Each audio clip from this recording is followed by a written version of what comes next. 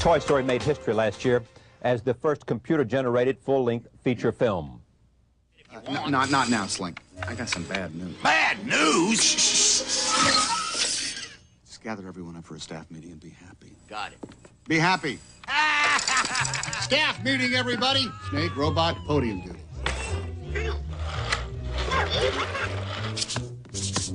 Hey, Etch. Draw. Oh! Got me again. Etch, you've been working on that draw. Fastest knobs in the West. Got a staff meeting, you guys. Come on, let's go. Now, where is that? Oh. Hey, who moved my doodle pad way over here? How you doing, Rex? Were you scared? Tell me honestly. I was close to being scared that time. Oh, I'm going for fearsome here, but I just don't feel it. I think I'm just coming off as annoying. Ow! Oh, hi, Bo. Hi. I wanted to thank you, Woody, for saving my flock. Oh, hey, it was, nothing. What do you say I get someone else to watch the sheep tonight? Hell yeah. Remember, I'm just a couple of blocks away. The film earned over $192 million domestically, more than $300 million internationally. It will soon be released on home video. Its technology and success have revolutionized the business of animation and opened the door to endless possibility between Hollywood and the Silicon Valley. Joining me now, Academy Award-winning director John Lasseter. He led the innovative team from Pixar Animation that brought the film to life. Also, Pixar's chairman and CEO, Steve Jobs. He introduced computers to the ordinary user when he co-founded Apple Computers. He currently heads Next Software, and I'm pleased to have both of them here to talk about what's happening in the world of animation and this marvelous relationship between film and computers producing animation. Welcome. Great to have you here. Charlie. Let me start with you, John. Okay. As a director, what's going on? I mean, what does Pixar do that's so extraordinary? I think what Pixar does is so what Pixar does is so extraordinary is that we have taken a look at this new technology, computer animation, and we don't look at it as a way to replace any of the creativity or any of the real art of filmmaking. We look at it as these are just great new expensive pencils. You know, that's what it is. It's artists using these computers as though, you know, an artist at Disney uses a piece of paper and a pencil. And because the focus of what we do is still where it's most important, and that's with the story and the characters. I think Toy Story is a success, not because it's computer generated. It's a success because it has, you know, the characters of Buzz Lightyear and Woody and in the storyline that really has captivated audiences. But the question still is, what could you do because of new technology, and how faster and how less expensive than the old way? What's interesting is I think when computers come into any Does it give you, let me interrupt myself, more creative freedom in a sense to roll because the technology allows you that? Well, it's two aspects of what you asked. One, what's interesting is it's a very common belief that when computers come into a new artistic medium, that something that's either you know, less expensive, takes less time, or it's going to replace something. You know, it reminds me a lot of when photography was invented. Everybody thought that painting was going to get replaced. You know, and that is something that really just, you know, won't happen. What computer animation does is it has a whole new look. You know, but the key word is animation. Animation, by definition, is making a motion picture frame by frame by frame by frame, and that doesn't change. We labor over every single frame, and so I worked on Toy Story for over 4 years. The full production was 2.5 years. The difference between Toy Story and Lion King or Pocahontas or Hunchback. What is the difference? The difference is that we used a lot less people. Well, that's my point. It made it more efficient to do. Yeah. It was, and also we were a much smaller studio. We were kind of, you know, a leaner sort of. Does it look any better on the screen? Well, that is something for the viewer to choose. It looks different. I'm not going to say whether it's different. It's more dimensional. What excited me about this medium, I was trained as a traditional animator. I love Disney animation. I love, you know, Warner Brothers cartoons. That's what I grew up on, you know, and I got really excited about animation. I was trained as a traditional animator, drawing, design, all that. But what excited me when I first saw my first computer animation back in about 1981 was that it was three-dimensional. You were able to create a world that was totally dimensional. We were able to move in and around objects, which you had never been able to do in hand-drawn animation. And so therefore, that got me so excited. And I think what Toy Story was different on is, what made it unique is that we chose a subject matter, toys being alive, that really lent itself beautifully to the medium. How did you, sir? What have I got to do with this? Exactly. I mean, you know, you're a guy who founds high-tech companies and tries to make another $1 billion. Yeah, well, I don't think of myself that way, but I know you don't. I wish I could. Well, no, stop. Yeah. How do you think of yourself? I mean, after Apple, after Next, how do you think of yourself? You know, the things that I've done in my life, I think the things we do now at Pixar, these are team sports. You know, they're not something that one person does. We've got, you have to have an extraordinary team, because these are, you're trying to climb a mountain with a whole party of people. A lot of stuff to bring up the mountain. So one person can't do it. And I first got involved in this when I heard about this incredible group of computer graphics specialists that George Lucas had assembled at Lucasfilm that he wanted to sell. And so I went up there and saw what they were doing, and I met the leader of this group, Dr. Ed Catmull. And Ed told me about his dream, which was to make the first computer animated feature film someday, and showed me what this team was working on. And I was blown away. I spent a lot of time in computer graphics with the Macintosh and the Laser Writer and stuff, but this was way beyond anything I'd seen. And so I bought into that dream, both spiritually, if you will, and financially, and we bought the computer division from George and incorporated it as Pixar. John was there from the very start, Ed was there, and we were joined by other people along the way. And it took us 10 years to do it. But what was so hard? Oh, there were... Good question, huh, John? You know... Yeah, that's a good question. It took us a long time to build the technical foundation to do this stuff. We were pioneering every step of the way. Pixar invented all this stuff. But as John says, we don't view ourselves as a technology company. Our product is content. We're an entertainment company. And all this technology really is just in the service of the storytelling, the service of the creative people. And computer animation is even a little bit of a misnomer. The computers don't do the animation. They do the drawing. And they crank on these drawings for, like, 3 hours by one of the fastest computers in the world, which is why the drawings are three-dimensional. But the animators act. I've watched John and his team work, and they are the heart and soul of the characters. They do all the acting, not the computers. Okay, but I mean, let me just make sure I understand what you're saying. I mean, I would think that people... I mean, when I was telling you about my interest in what in the world's going on and where the future's headed, and you said to me, that's not what we're about. And what the point you wanted to make is that we're about entertainment, and we're about technology in the service of the entertainment that we create, right? We're about putting stories into the culture. That's what we're about, telling stories. And, and you've got a different paintbrush, and you've got a different canvas than everybody else does, or it's a more advanced, it's a better, it's a more something. I'll let John speak to this, but I know a lot of people at Pixar, our heroes are Disney. I mean, look at what they've done.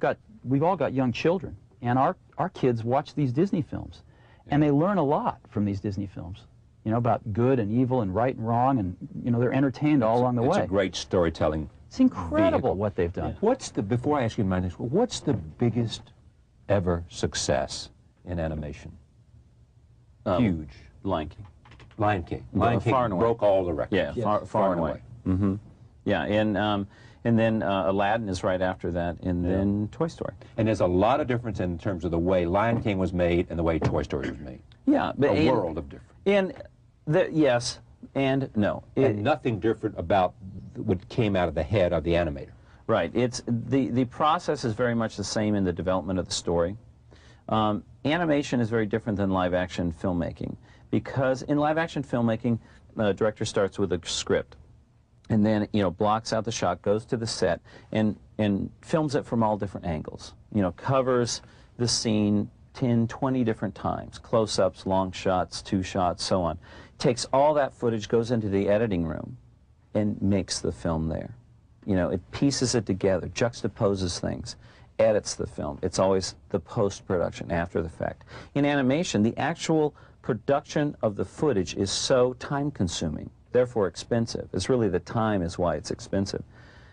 We can't really afford to do a scene 10 different ways. You know, we have to do it just, every frame has to count. So what we do is in the story development, you pretty much edit your film in advance. Now what I mean by that is you start with the script, and then what we do is we do storyboards, sort of a visual script. Old-fashioned storyboards or new? Old-fashioned. Yeah. You know, with storyboards, one of the things that Pixar is that we don't want to replace, we don't want to throw everything in the animation filmmaking process out the window and replace it with new technology. We use the technology where it's going to make the film better or make the film, you know, different. Storyboarding, there's nothing better than a piece of paper and a pencil and a 4x8 piece of cellulite. You got no story, you got no film. Yeah, and you got no story. So then you do a story reel. You cut that onto film. And in our case, we use a computer there. We use a nonlinear editing system that's very common in the industry now. But it makes it so that we can look at those still drawings with scratch dialogue, scratch music, sit back, watch it on a big projection video, and that film will tell us if it's working or not. If it's working in our story reels, when we animate it and put the colors to it, it's going to work even better. If it's not working in the story reels, the animation won't save it. In essence, it lets us beta test and iterate our film before we make it. Totally different than live action filmmaking. And we believe it's one of the reasons that the hit rate can be substantially different. That's, you know, and that process we're talking about really isn't much different than Disney did Snow White with. Right. You know? But you look, you know, that's one of the things is that Disney and Pixar, we labor over the stories. You know, I mentioned I worked 4 years on Toy Story. The first year and a half was story development alone. You know, we worked so hard because the most important thing to me in creation of Toy Story was to make a film that of course kids will like, because it's all about toys. I mean, most kids look at it as a documentary, you know, but the parents are going to like it. And then the adults without kids would like it. And then teenagers. I have a 16-year-old son named Joey, and he was one of my most important test audiences. Because How old? 16. 16. And it was so important for me that I showed him stuff constantly to see if it was cool or not, you know? Because, you know, teenagers tend to not like a lot of things. And so it was important for us to if we can get the teenage audience... Market tested it with Joey. I did. All right, take a look at this. This is another clip from Toy Story, an illustration of what we're talking about. We're not that far from the spaceport. The door. It's open. We're free. What if you don't know what's out there? I'll tell you what. Ah! Ah!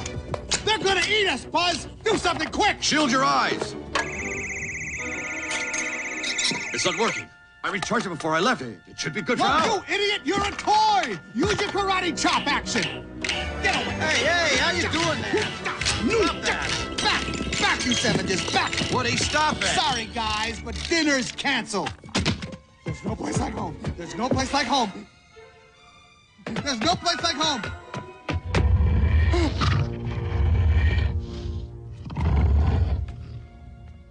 Okay, before I leave Toy Story, which we've talked about a lot here, how do you see this being applied to other, whatever? Think freely for me. I mean, you got a pretty good eye for the future. Well, you know, one of the things, this stuff's really hard. It takes us 4 years to make these films, and we'll get them out more frequently by overlapping them, but 4 years is a pretty big investment in these things. But when it works, it can be phenomenal. You know, Snow White is 60 years old.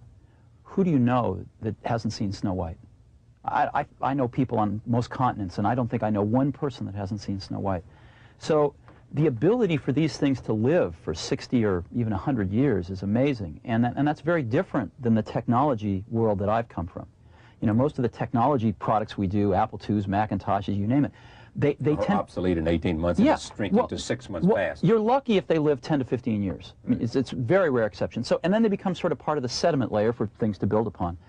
These things can live for 100 years. And so it's very different. And we're not competing against, you know, a Microsoft or another company. We're competing against, can we make a great film that people love?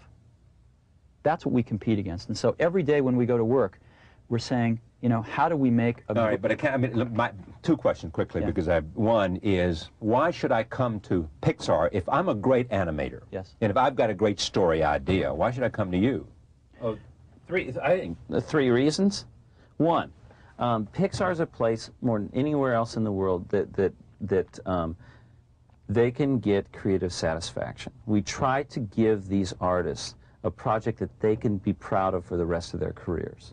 That's one. That's a big thing. I know, because I've worked in a lot of places where I was working on kind of garbage, and it's hard to work. Secondly, in working with these people, I try so hard, even if it's the smallest task, to give them a little bit of creative ownership, to let them figure out how to do it. I don't tell people how to do it. And so that is a really important reason. And the most important thing is at Pixar we have a lot of fun. You know, and it comes, I think it shows in the thing, in the film. But I could see, when you think about I remember there's not much political satire on American television. Mm-hmm. Some political satire can be done in animation in an interesting way, because you can use characters. You could do this if you had a good storyteller. Mm-hmm. You had great writers. Mm-hmm. You could probably do it faster and quicker and more interestingly. Well, political satire is interesting. It's what Steve was talking about. It quickly becomes dated. Oh, I see. So therefore you don't have the payoff. You know, what we try to do is make stories that will lessen. That's why the choice of all the existing toys in Toy Story. There's Mr. Potato Head, there's Etch-a-Sketch, Magic 8 Ball. It's the things that we had as kids that kids still have today. And you don't have to play any residuals actors either, do you? Mr. Potato Head, you know, it was a tough deal to negotiate with him. No, I'm just kidding. Had you there? Yeah, I know. I thought maybe somebody owned it. Well, they do, but they were very. Why has the stock? Has the stock come down?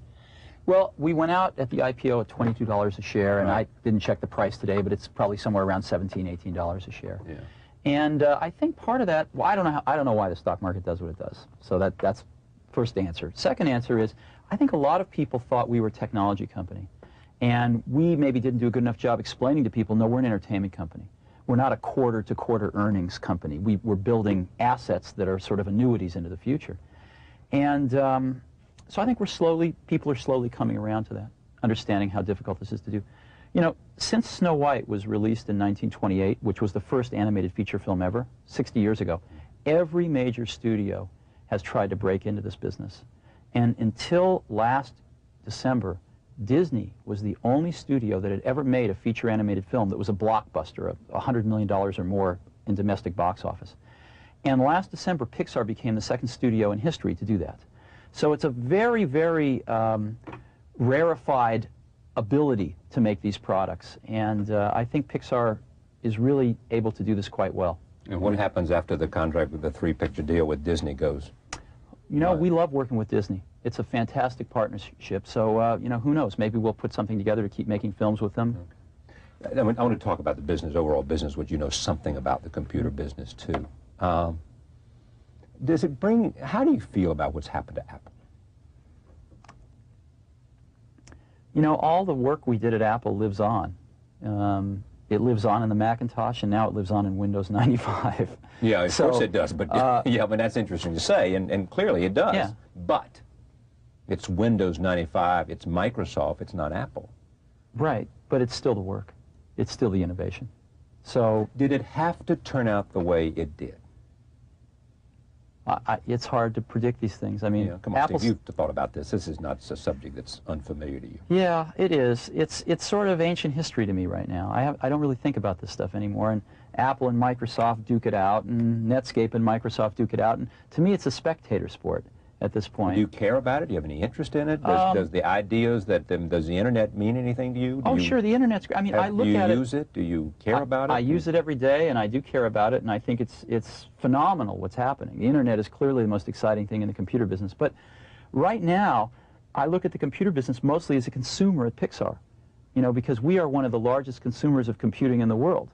And we use it to make our films. So, yeah, but also, I mean, I hear you, and you clearly, I mean, if you understand marketing very, very well. That was your genius in the beginning, yes? You understood the concept and you understood marketing. You'll grant me that. Question, is that when you look at Pixar, you seem to be saying to me and to you and John together, my company is misunderstood. It's not a computer company. It's a filmmaking company, you know. Right. I mean, that's sort of you realize that in terms of some maybe truth, but also in terms of some marketing savvy, we got to make sure that we got to get this word out that this thing is about entertainment and it's not about computer. We don't want to be characterized like everybody else, you know. And part of your effort and part of your reason for appearing here, and et cetera. You know, I think we definitely want to get that word out. But I have this incredible confidence that the word will get out, and as we make more films, we'll demonstrate that by our results. So, the interesting thing is when these films take 4 years to make, and they last for 60 or 100 years, you start to develop a longer focal length point of view than just the next 6 months. But here you are. You went from Apple, where you made a lot of money, and then Scully came in, and you left, and blah, blah, blah, blah, blah. And then you went to Next, which was never quite as much as what people thought it might be. Right. But those It's coming back now. Well, I know. I understand that. I do. And but your head seems to be into filmmaking. But you started this. You went to see George Lucas because you're out there as an entrepreneur looking for ideas. Right. Right? And so all of a sudden you get involved in this idea, and now you're saying, I'm in the entertainment business. I did a good job of brainwashing. Yeah, you sure did. I was going to say, you really did a number on I'm very proud of my product over there. I mean, he bought it, didn't he? Story and he believes. He's a believer. Character. He's a believer. I know he is. Is he? Yeah, I got into this because of the technology at the beginning. It excited you? Oh, it blew me away. I mean, we had more PhDs work on Toy Story than any film in history. I mean, tremendous computer science. That's what drew me into it initially. But John's right. He educated me that what we are really about is storytelling. He didn't use the word educate, Steve. He said brainwash. And it's been 10 years. Educate. Educate's better, isn't it? It's been 10 years. Yeah. So when the day that stock went public, because it'd been 10 years. Pixar stock. Yeah, Pixar. Because you'd put, I don't know, what, about 50, 100. How much of your own money did you put into it at the beginning? a little over 50 million. 50 million. All of a sudden, because it's the way to take notice, not because you needed $1 billion, all of a sudden, after 10 years, there was a recognition by the marketplace that this had been a wise, fruitful, productive fruition. Yeah, am I going to come back and interview you in 5 years and find out you're in some other business and you're not in the entertainment business, you found some other well to go fishing? You know, I tend to stay where I start until somebody kicks me out. Thank you for coming. Great to have you here. Thank you very much, Steve. Thanks, John. It's a pleasure. Thank you. We'll be right back. Don't go away.